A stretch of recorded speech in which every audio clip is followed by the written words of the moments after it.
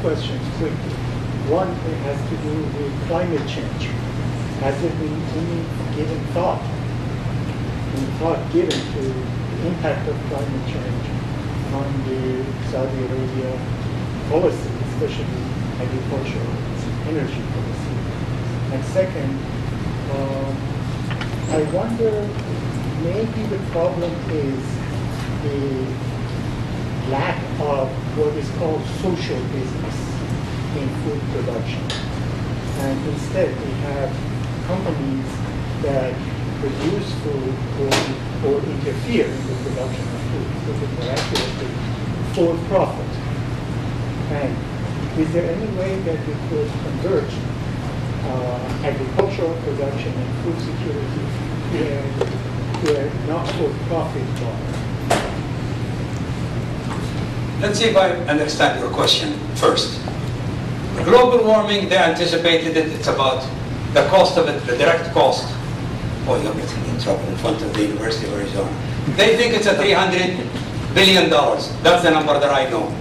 Whoever have a better number, you can tell me whether I'm in the wrong track. But global warming cost Africa alone $300 billion. There is more African gonna die, and they are only across the water from us. So you cannot sit on a 2 trillion, Saudi Arabia have $1 trillion, and the others are poor. This is non-acceptable.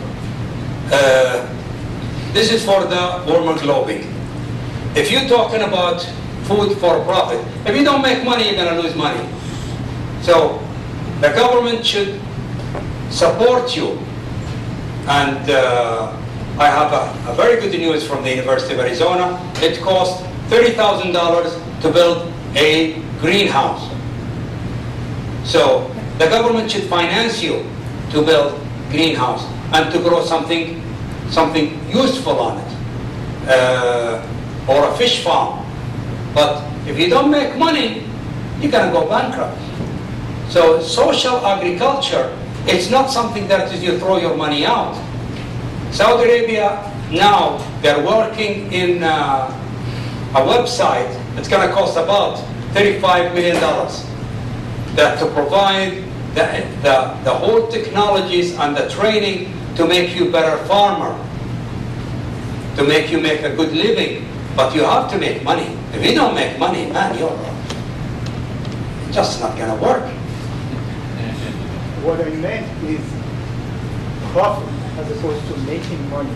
The not-for-profit model of business doesn't mean that you don't make money. It means if you don't make too much profit.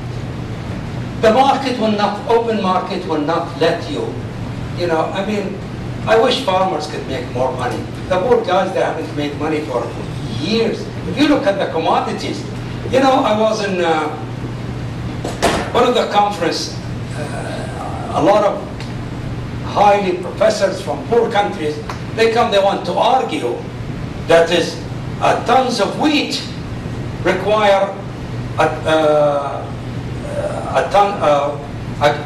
kilos of wheat require a cubic meters of water. So you want to charge me for water? I said, hey, get lost. Nobody gonna pay you for your water. We're gonna pay you for your wheat. If you want to do something, go and work on food, upgrading it, rather than you just sell your wheat. Try to work in added value, and the market will let you do that, and will make you a good profit. And I think that's what the role of the government's in it. Doctor, yes. Thank you.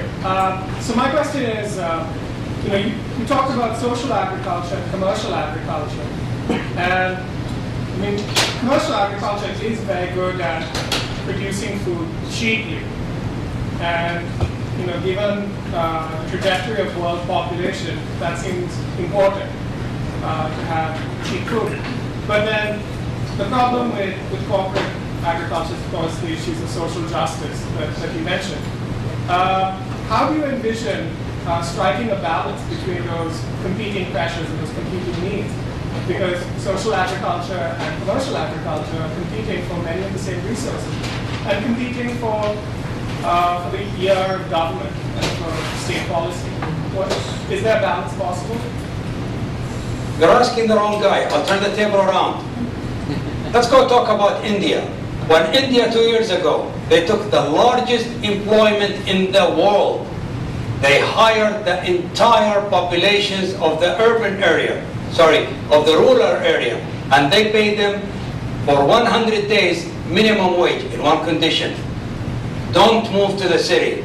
And you have a problem with your loans, we will knock off 40% of your loan. Why did the Indian government do that? I think it was mostly because, well, first of all, that's where the votes are in India, in the villages. So that was the biggest reason. But the second is managing growth and the collapse of the rural economy in what is a neoliberal economy. Thank you. That's exactly the answer to your question. Another point is the food. Those guys, if they move from those rural area to the city and they taste the life of the city, they're not going to go back.